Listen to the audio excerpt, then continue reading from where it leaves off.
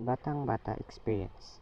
Isa sa mga alaala ko na tumatak ko ay doon lang muna ako kasi walang kasama si lolo at lolo ko. At pumayag naman ako. Makalipas ang ilang araw ay may tumutulong ako minsan sa gawaing bahay at minsan laro ng laro ako. At kung napapagod na, tumutulong na ako bigla. Sabi ni nanay.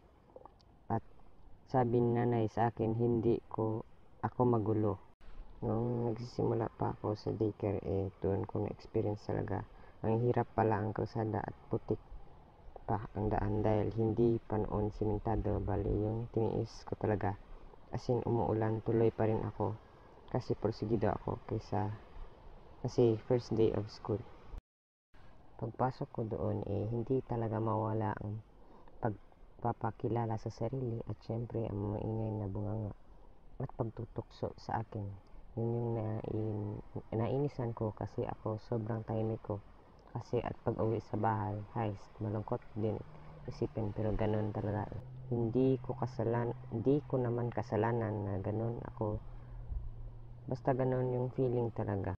So yun ang nangyari sa akin, friend, sa batang experience ko. Hanggang dito na lang muna ang kwento ko.